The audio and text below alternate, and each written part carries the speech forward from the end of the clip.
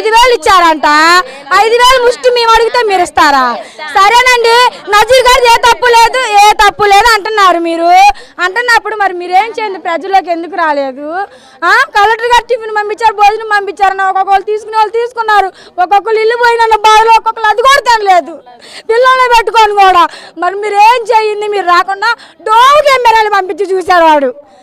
Dome కెమెరాలు పంపించి ఉన్నారా, సచ్చారా, బతికారా లేదా అని పైన నుండి చూస్తున్నాడు. ఇంత వడికి కూడా మరి ఎలా ఉంటారు ఏంటని వచ్చి కదిలి వచ్చి చూసింది లేదు. ఇప్పుడు మాకు న్యాయం ఏంటి?